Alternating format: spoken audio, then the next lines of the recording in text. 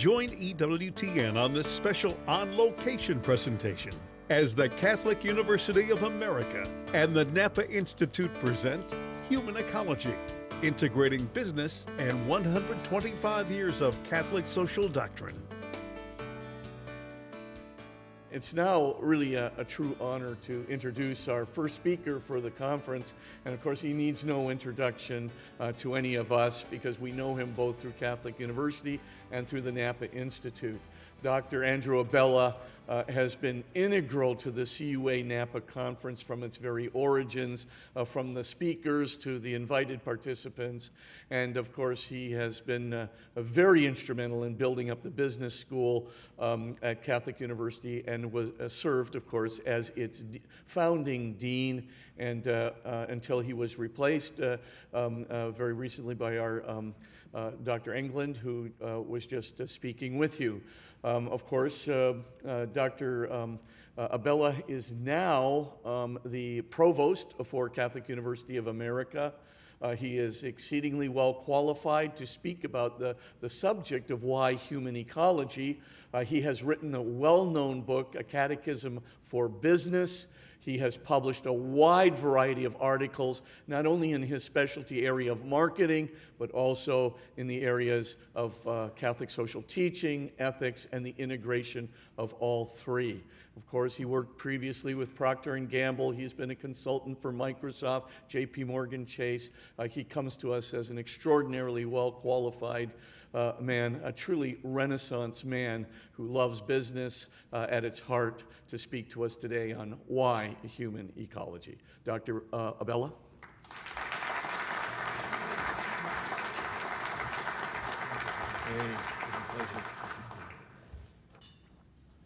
Thank you. Good afternoon. So why do we have a whole conference dedicated to human ecology? The reason we have a whole conference dedicated to human ecology is because human ecology addresses a very big problem. It's a problem that was noticed by Pope Leo XIII, whose 1891 encyclical we're celebrating at this conference.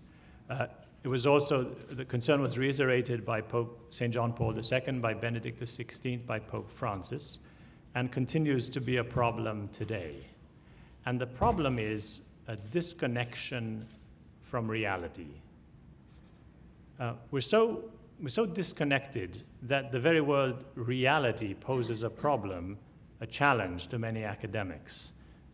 So much so that the word is often written in scare quotes, as in reality, as if to say, we cannot really know the way things really are, and that it's somehow unsophisticated and simple-minded to think otherwise. It is interesting to note that the very people who hold this position typically, every morning when they wake up, still make a point of eating breakfast. Or should I say, breakfast. And they're also very keen to get tenure.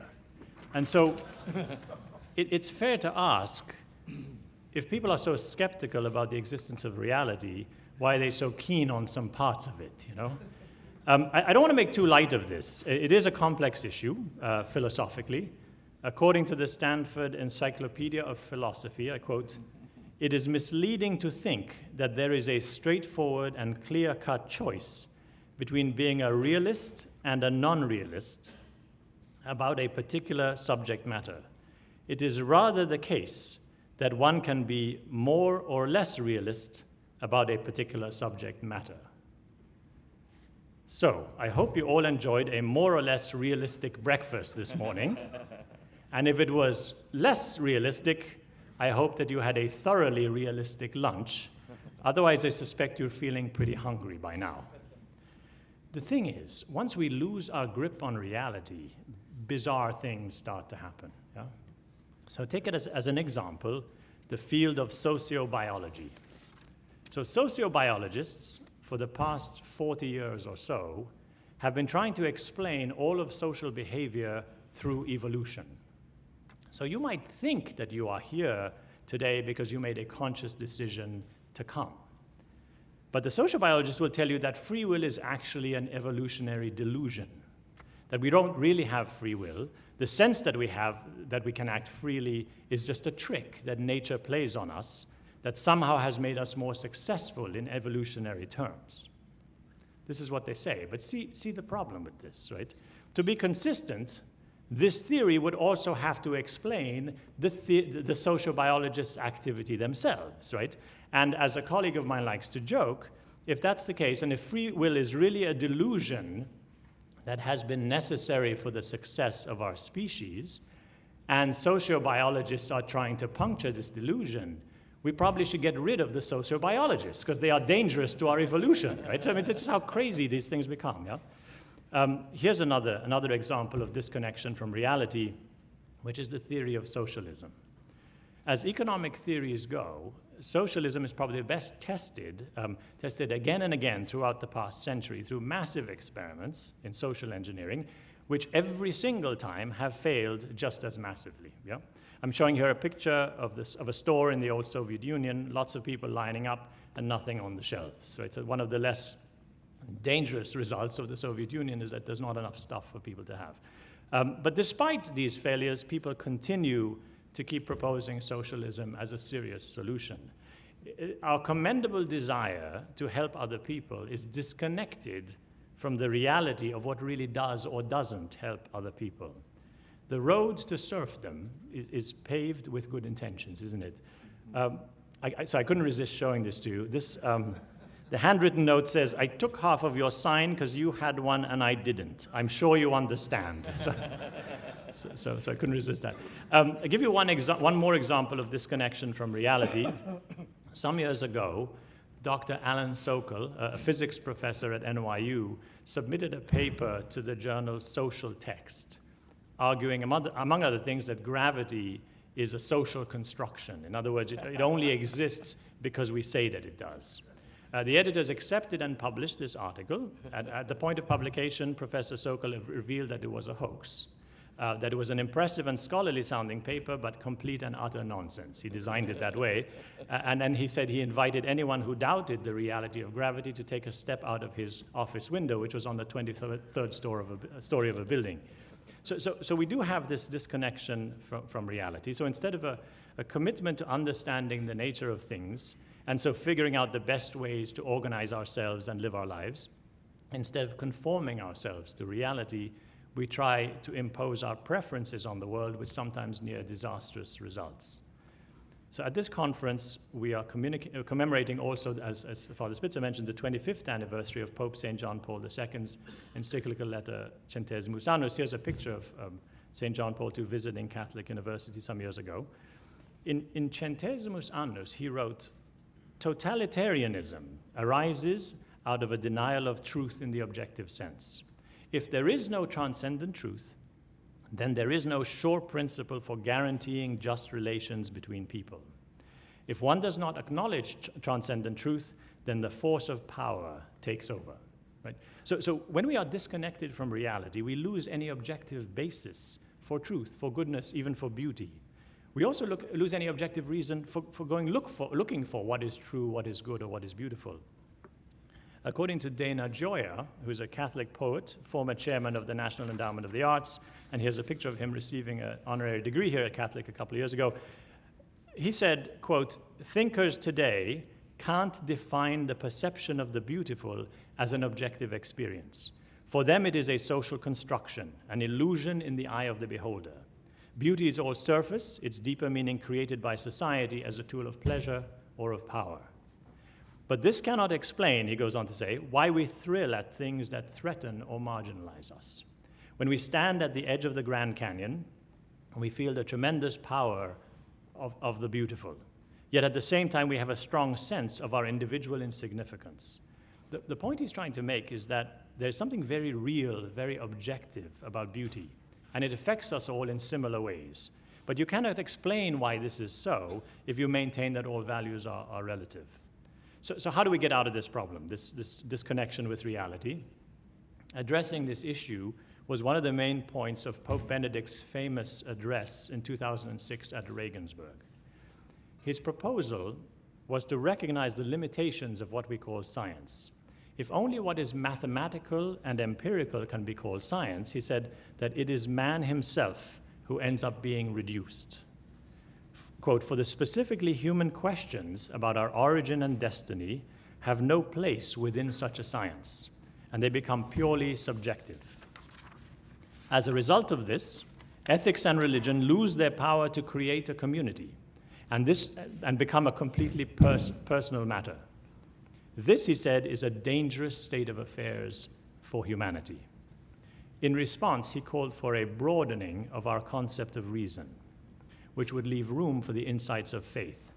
Quote, listening to the great experiences and insights of the religious traditions of humanity, and those of the Christian faith in particular, is a source of knowledge, and to ignore it would be an unacceptable restriction. So this is where human ecology comes in. In his encyclical Laudato Si, Pope Francis makes a point that Pope Benedict had earlier made. Everyone recognizes, Pope Francis says, that there is such a thing as a natural ecology, that there is an order to nature that we cannot violate with impunity without causing great harm to the planet. He goes on to say, if we recognize this to be so, then why is it so hard for us to recognize that there is also a human ecology, that there is an order to human life as well, and that this order requires solidarity, it requires respect for human dignity, it requires subsidiarity, it requires marriage, it requires private property and the universal destination of goods, and that this order cannot be violated for long without grave harm to humanity. He says, why do we understand the one and have so much difficulty believing the other?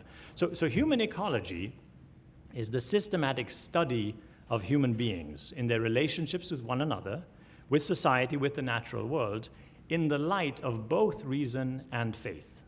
Not just the physical and social dimension of human life, but the moral and spiritual ones as well.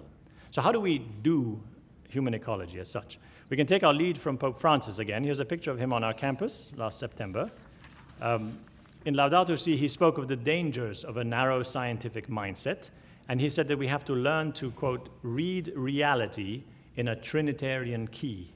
We have to see things in the light of the Trinity. The English Catholic writer Frank Sheed described this approach to the reading of reality as having a Catholic mind. What is a Catholic mind? To have a Catholic mind is to see as the Church sees.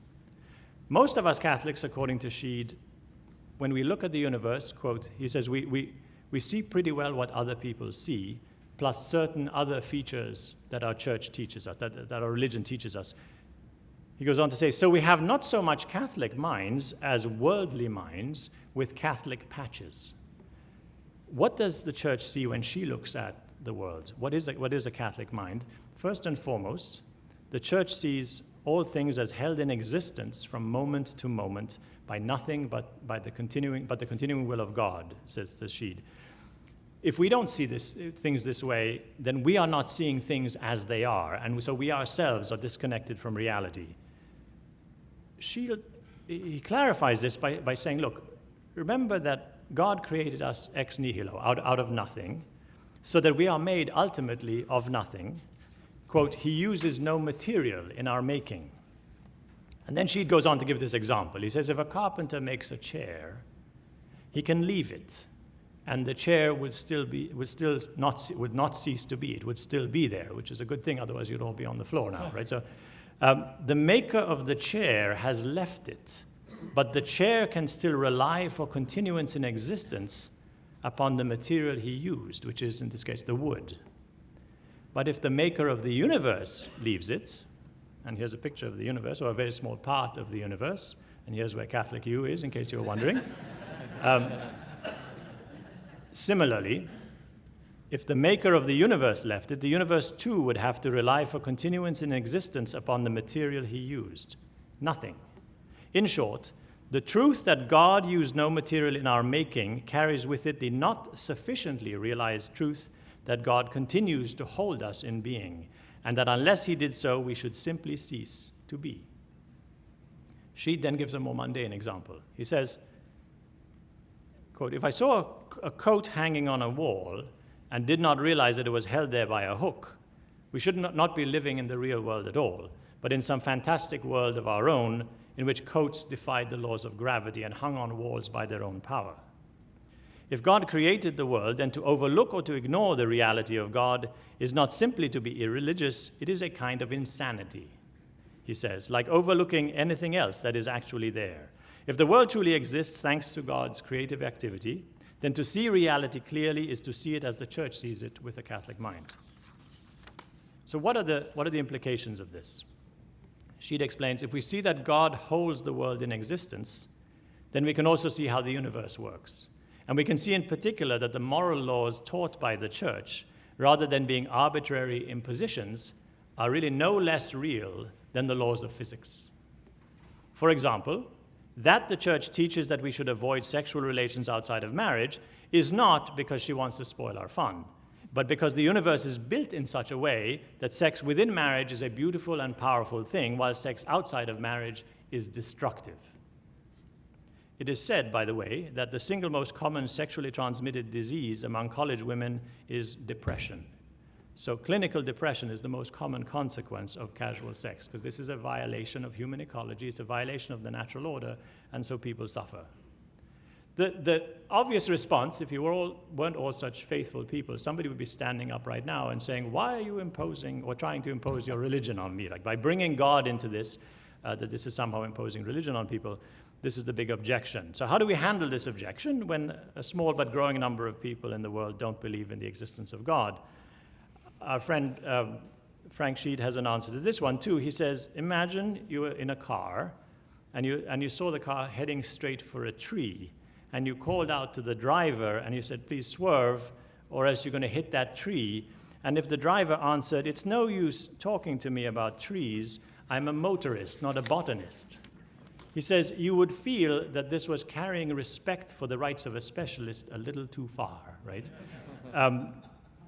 The existence of God is a fact, just like the existence of that tree.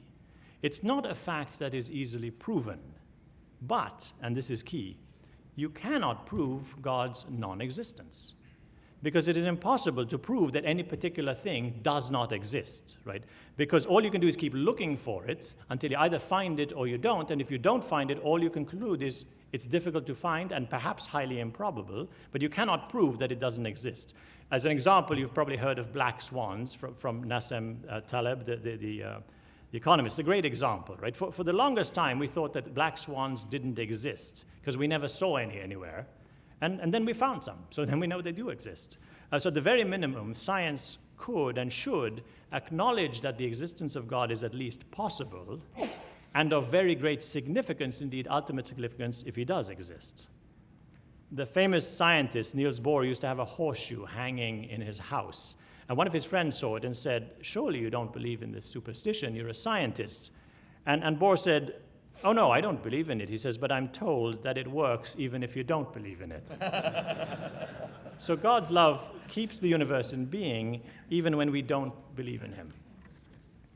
So human ecology is therefore a scientific study of the human condition where science is no longer deliberately and unscientifically excluding the insights of theology and philosophy.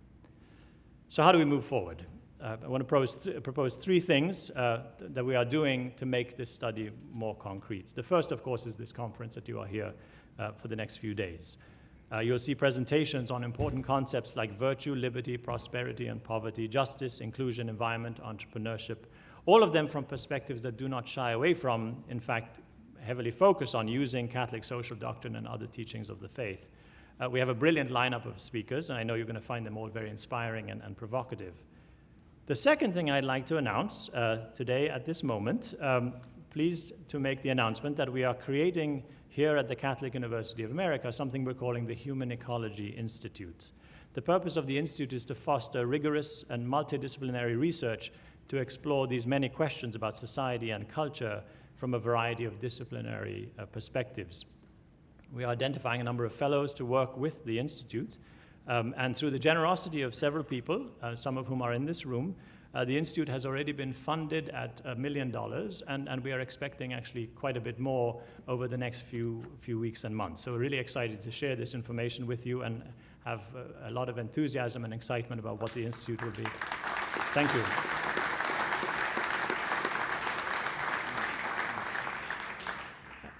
And finally, the Human Ecology Institute is hopefully just one example of the many things we are doing here at the Catholic University of America in order to foster this greater understanding of reality in the light of faith. Some of you know this, some of you don't. If you watch the video, you should all know it by now, that Catholic U is the only Catholic university in this country that is owned directly by the church. Every other one is owned by a religious order or by a particular diocese. The only university founded by a pope, so Pope Leo XIII, who we celebrate at this conference. Another thing that you may not know is that Catholic University is not just a liberal arts program and a business school, a very fine liberal arts program and a very fine business school, no question, though I say it myself. We're also a major research university, graduating PhDs in numerous disciplines with many research labs on and off campus, including a very large collaboration with NASA as well. So we're in the ideal position to bring to life this idea of a Catholic mind. So what are the unique insights you uncover when you see the universe as the church sees the universe? What are the distinctive things we can do when we cultivate a Catholic mind for science, for art, for engineering, for law, or for business? We think we can do very great things, and we are so glad that you are here with us for the next few days. I look forward to sharing this conference with all of you and hopefully meeting everybody in this room. And so welcome and thank you. Thank you. Just wonderful.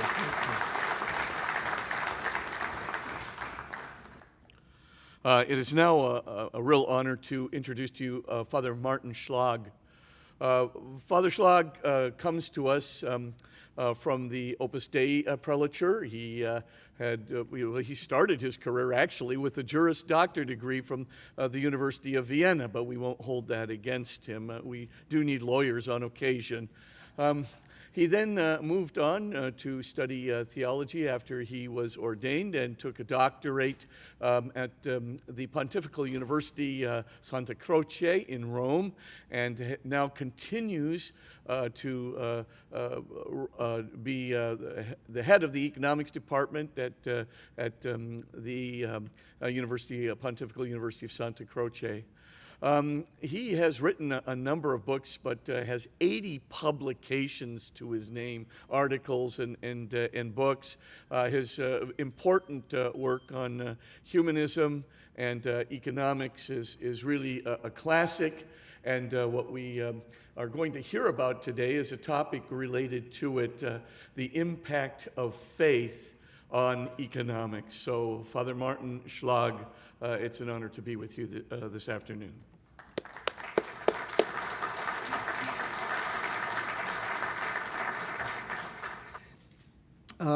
I would like to begin my reflections by defining the concepts I use in the title, which was given me, The Impact of Faith on Capitalism.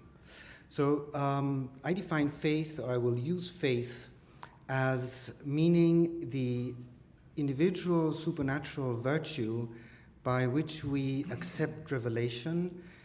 It is tying us to God. It is a bondage with God. It has to do with striving for personal holiness through virtues and individual faith and prayer and piety. Whereas religion refers to the institutional form of faith. It has to do with how we humans organize our faith on earth. And so, of course, for a Catholic, these two concepts are inseparably linked. We live our faith in the mystical body of Christ, in the church, in our religion. But we have to distinguish the two things, I think. Now, capitalism is not a faith, obviously, because it is not revealed. But it is an economic and political system that is based on institutions and virtues. And throughout my talk, I will use the word capitalism in the sense of virtuous entrepreneurship and not as rent-seeking.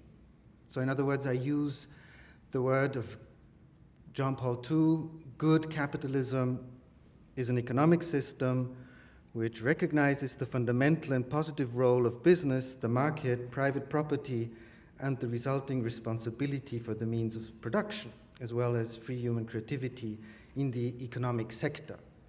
End of quotation, Centesimus Annus. Now, I hold, and this is one of my theses, that this form of good capitalism is not fully realized in what we have now, in late or advanced capitalism or financial capitalism, because capitalism, on my view, is about enterprise, entrepreneurship.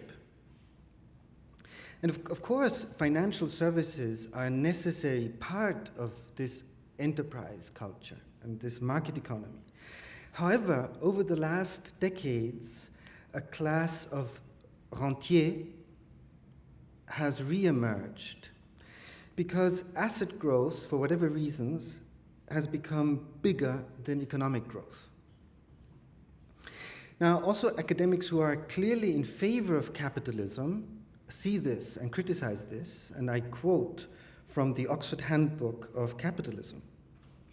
The link between the size of the financial sector and economic growth weakens or even reverses once countries become rich and reach the technological frontier. Rent-seeking in financial markets can lead to great private gains, but have little impact on economic growth.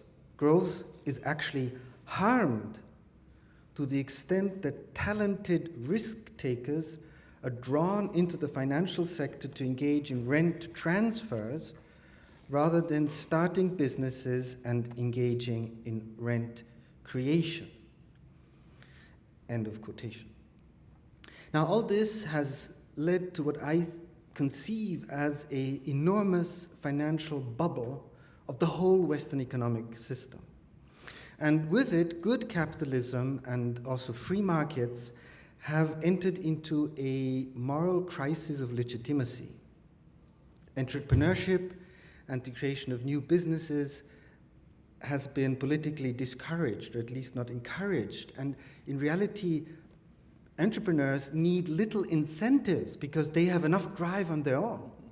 What they need is protection of their time, energy, and capital against undue strain. And free markets are not simply a result of inertia or of not doing anything. Chesterton once said, the result of not doing anything is breeding maggots in the corpse of a dead dog. That was his image which he used. That's the result of not doing anything. Free markets and good capitalism are a cultural achievement. They are the results of a big effort of hard work, of thrift, of diligence, of virtues, of ethical values, of culture. Also of the creation of institutions like joint stock companies or shareholders, of insurance. And so freedom is a precious gift, and it's a fragile gift. Today in the gospel we read, truth will make you free, the favorite sentence of St. John Paul II. And every time I hear the word freedom, I think of that statue which is standing on the dome of the Capitol, and I guess most of you know its story, because actually it was cast in Italy and designed by an Italian artist who, in the original draft of the model, had put a Jacobin cap on the head of this statue. And the idea was, the Jacobin cap was a symbol for freedom, because the Jacobins thought that in ancient Rome, the freed slaves had to wear such a cap. In reality, what they were wearing was a solideo, that's the thing that bishops wear, this kind of little skull cap, to be recognized as freed slaves. So, but they thought, okay, it was this Phrygian cap, this Jacobin cap, and they had been freed of tyranny, they had been freed also of faith, they had been freed of tradition, they felt that they had been freed. Right? And when the US government saw this model, they said, no, we don't want this Jacobin cap because we never have been slaves. We're not freed. We've always been free. And I was struck by this sentence because it's exactly what the critics of Jesus tell him. We've never been slaves. We've always been free. So the question is, are we really free? Are we still free? Have we become slaves to money? Have we become slaves to unuttered passions? Have we become slaves to welfare? I think we need a moral change. We need a moral change towards this good capitalism, to this ethical capitalism of which John Paul II was speaking. And I think it's possible because the majority of business people are righteous and moral, and they have to form a network of virtuosity. The single person oftentimes feels overwhelmed and is in fear of survival. It's a hard life out there. And I once heard a story of a boy who got lost in a cornfield, and the parents were getting very, very nervous, and the boy didn't show up, and so the whole village joined in looking for the boy in the cornfield. And the night passed, and another day passed. They still hadn't found him, and at last, a lady had the idea, let's join hands and just comb the whole cornfield. And they found the boy, but he was already dead. They came too late, So we have to soon enough have this idea of joining hands, forming a chain. So I would like to show the impact that Christian faith understood as this individual attitude and virtues can have on capitalism as a system, and not only on the individual business person's activities and actions. And I want to start with two notes. The first note is that the Catholic religion, that is the Catholic Church, the organized form of our faith, must not be instrumentalized as a steward or servant of capitalism. Faith and capitalism are two realities that belong to different spheres. Faith to the sacred sphere and capitalism to the profane. Although there are important connections between both of them. If we put faith to the service of capitalism, we would be dancing around the golden calf. The paramount aim of life is to give glory to God. And usually we can do so by also doing well. However, there are crises in which we as Christians must be willing to renounce all wealth, even life, rather than renounce God. Christ, and therefore the Church, is not espoused to any single social system. Christ is always more and bigger. We have just recently shaken off the Constantine model of the state-church relationship, also thanks to Cardinal Gibbons, one of the founders of this university, thanks to the American church and the American system of religious freedom. We have shaken off this lethal embrace in which the temporal power benignly protected the church, and the church in her turn was expected to legitimize and support temporal power. And we do not wish to become entangled in a similar embrace by any political or economic system, be it capitalist, socialist, or whatever. Christ is the big disturber of our balances and systems, and Christians are always prophetic shock minorities simply by unapologetically being Christians. We are supposed to be the salt of the earth and the light of the world. Now, having said that, I'm not falling back into the old doctrine of neutrality towards social systems. Faith and reason are intimately united. The gospel, for which we want to be witnesses, is not an immediately applicable social or economic system. You can't just take the gospel and say, I'll apply this now without any mediation. Religious enthusiasm without knowledge is dangerous. We need philosophy, we need science to render the gospel practicable. And in this sense, faith and virtues protect good capitalism as something which I consider to be a real human and cultural achievement. So I hope my distinction is clear. I say the church as such shouldn't espouse one system, but the reason enlightened by faith of us Christians can see that good capitalism, ethical capitalism, virtuous entrepreneurship is what has created the greatest amount of wealth and prosperity for the greatest number of people. Now, the second note I want to make is that I distinguish between social and individual ethics. Individual ethics describes the practices in which an individual person achieves the aim of personal happiness, of flourishing.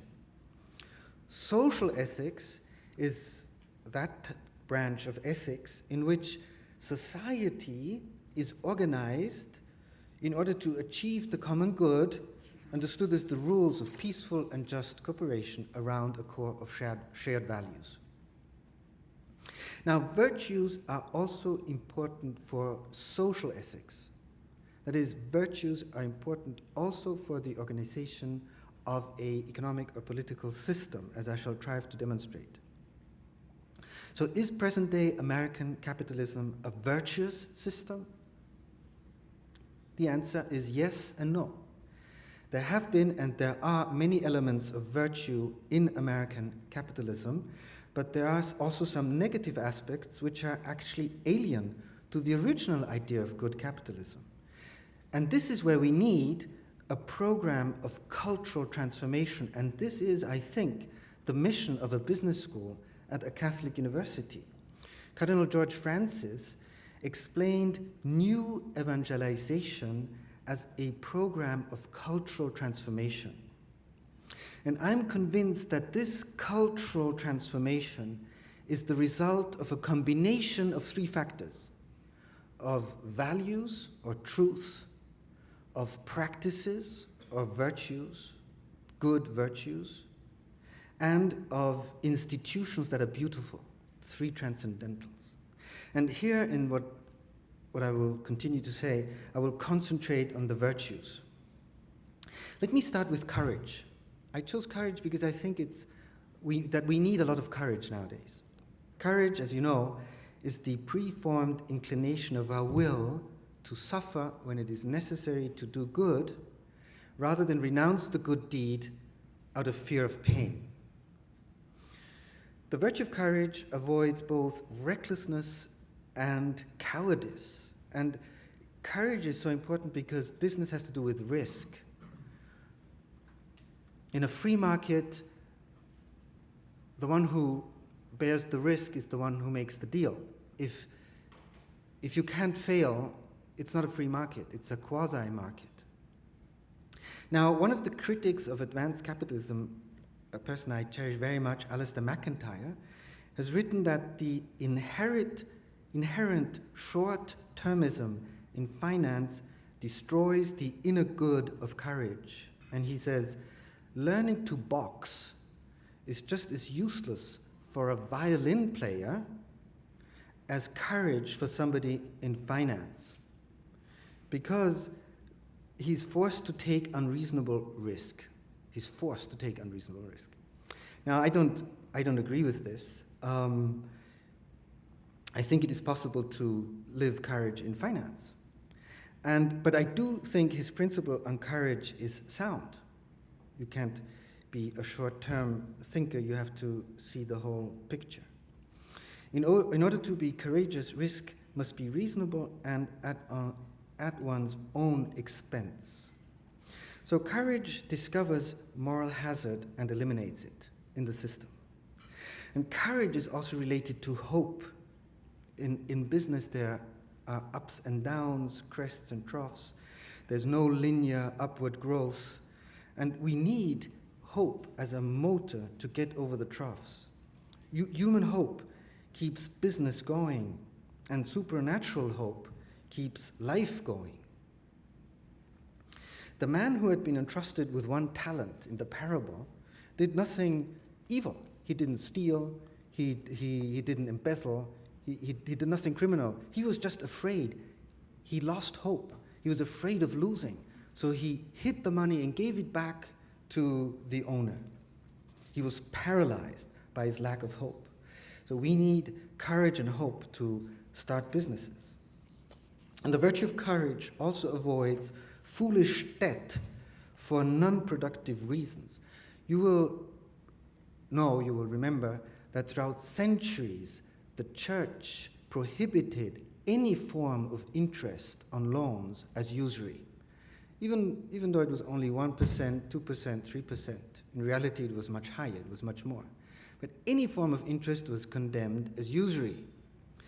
Now, this to us nowadays seems strange, but the church in the Middle Ages made an important distinction.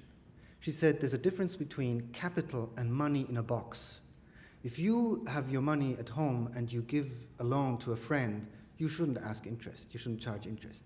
But if you are a businessman and you give out a loan, then you are entitled to interest.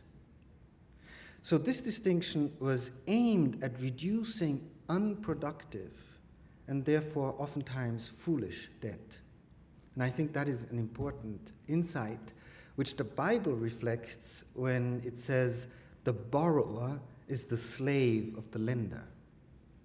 And this leads us to the virtue of temperance. Now, temperance moderates the attraction of material goods and is the central for business.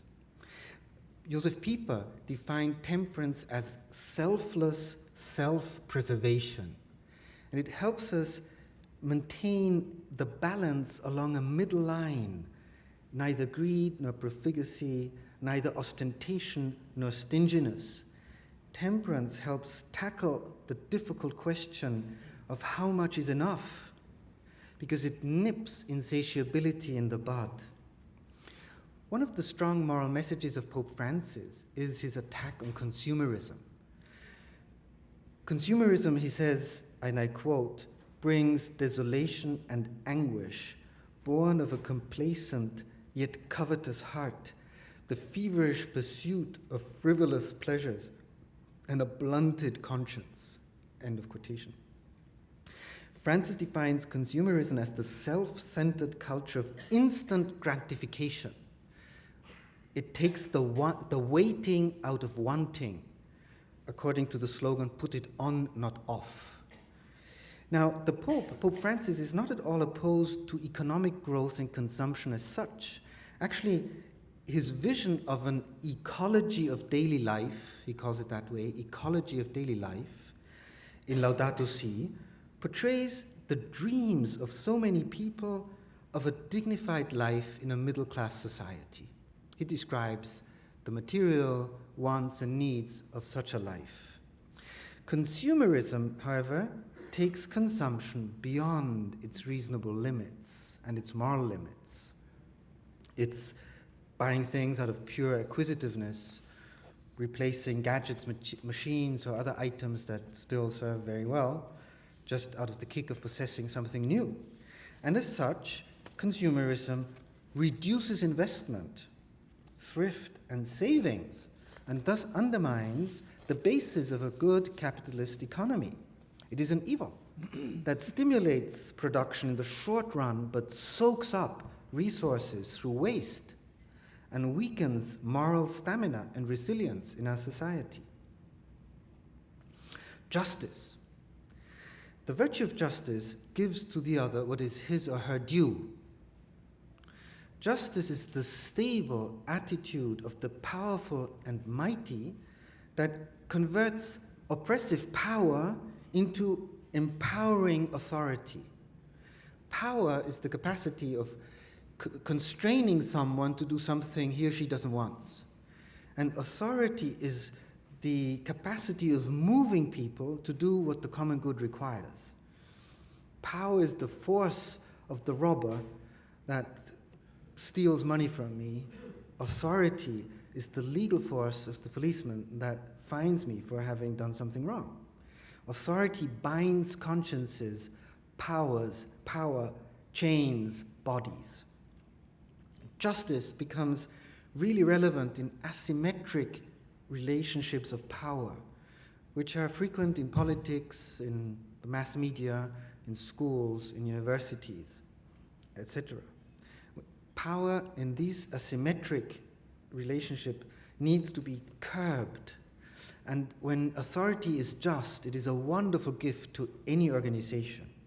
And applied to business, the virtue of justice promotes a system that produces, as the vocation of the business leader says, goods that are really good, services that truly serve, and wealth that really creates value. I once heard a story of a peddler who went from village to village selling razor blades. And what he usually did was he came at noon, he sold the razor blades, and in the afternoon he moved on to the next village where he spent the night, and the next morning he sold his razor blades, and after lunch he moved on to the next village, and so on. And one day, because of bad weather, he had to spend the night in the village where he had sold the razor blades. And the next morning the men tried to shave with the razor blades they had bought, and they all broke. It didn't work. And so they complained. And he said, "Why are you complaining? Razor blades are good for making money, not for shaving." So he was producing goods that were not according to the virtue of justice. And finally, the practical wisdom.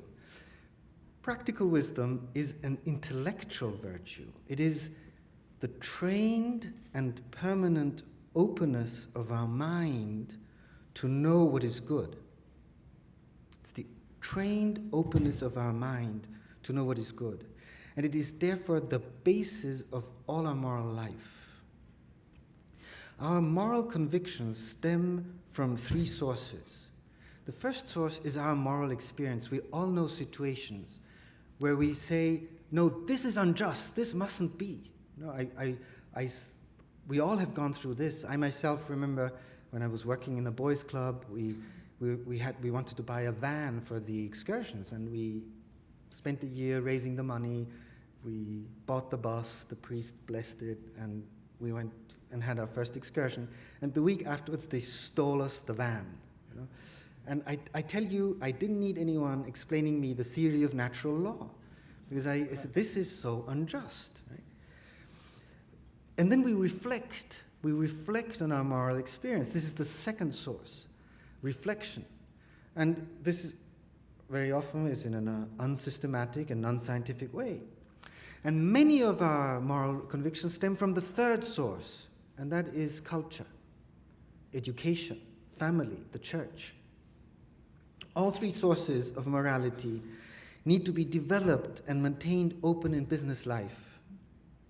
Moral experience requires the connaturality of virtue. Only the virtuous person knows spontaneously what virtues require in a certain situation. We have to reflect on this, and reflection needs time. Thinking means stop. Stop what you're doing. Think every day, every week, every month, every year. Think where you're going. And we also need the lighthouse of the church's teaching. I call it a lighthouse because the church in a painful process had to learn that she cannot impose her teaching, but can only propose it as a free offer in a free society. She's like a lighthouse on the coast that when it's nice, when there's nice weather, we light the building, it's beautiful. It's spectacular sometimes, but we don't really take much notice. When it's dark and there's a storm and we're out in a boat, then we are so grateful that we have the lighthouse because it shows us where the harbor is, where we get to safety. And only a madman would think, well, this lighthouse is limiting my freedom. No, it's showing me how to use it well. Right? Now, I have left the biggest virtue for the end, which is love. Now, bringing love into business, I think that is the big challenge. And that is the challenge that Benedict XVI formulated in Caritas in Veritate. How do we get love into business? Is that possible? It sounds kind of soppy and corny to formulate it that way. But it is, and I want to formulate a series of academic questions. They sound academic, but they're very practical. Are we aware of the trade-offs implied in modern capitalism? Are we aware that there have been many other forms of economy not based on gain? What does the Enlightenment mean for us? I think that is the real question at the end. Now, modern capitalism in which we live is a fruit of the commercial society of the 18th century. And it's a fruit of the Enlightenment. Both are not essentially the same, but they are historically connected. And as Catholic intellectuals, and we're all intellectuals because we wouldn't be going to a conference if we weren't, we need to continue the serious reflection on the merits and limits of the Enlightenment started by Benedict XVI and many other thinkers. And remember that Vatican II has incorporated some of the elements of the Enlightenment into the Church's teaching. For instance, secularity, good secularity, the emancipation of earthly affairs from ecclesiastical tutelage, the calling of all Christians, also the laity to holiness, etc. But the Enlightenment was a process of cultural transfer and therefore of transformation of Christian values into a non-Christian, because non-Trinitarian, intellectual framework. The Christian values the Enlightenment took was dignity, equality, freedom, among others. But the framework is non-Christian because the framework of the Enlightenment is non-teleological. There's no final cause of creation. And the Enlightenment excluded supernatural intervention of God in history. It is therefore a form of Gnosticism. Now, the liberal social system of the Enlightenment is something I love. It is characterized by harmony, by mutual complementarity and exchange in a commercial society. And it has moral and humanist foundations, at least in the system of Adam Smith. However, two trade-offs pay for this new society. The first trade-off is the replacement of charity through justice. And the second is the loss of heroism. Let me explain this briefly because I know my time is drawing to an end. In the feudal society, the predecessor of the commercial society, charity stood side by side with justice as a structuring social principle. Friendship was exercised as an element of the macro-social structures, not only of the microstructures, that is, of family and the circle of friends. So you did your work not for gain, but because you were born into a role. You were in a family, you were in a relationship of loyalty. That is why you worked. In a commercial society, in contrast, justice is the exclusive social principle for the macrostructures. Charity is banished into the microstructures. And we are a society of strangers that peacefully sell goods and services to each other. In such a society, and David Hume is explicit about this, heroes are a nuisance. We don't want heroes, says Adam Smith, says Hume, David Hume. A commercial society basically consists of prudent men and women who take care of their own interests. Now, I personally prefer the commercial society because it is difficult to be free in a static society, as the feudal society was. However, we need to resolve the problem of social cohesion of our liberal societies. And this is not possible without love. Think of the several solutions which have been offered to solve the problem of social cohesion in liberal societies. We have game theory. Game theory is an aspect of mutual utility. We cannot explain social cohesion beyond utility with the game theory. We are all appalled at misery and hunger and exclusion.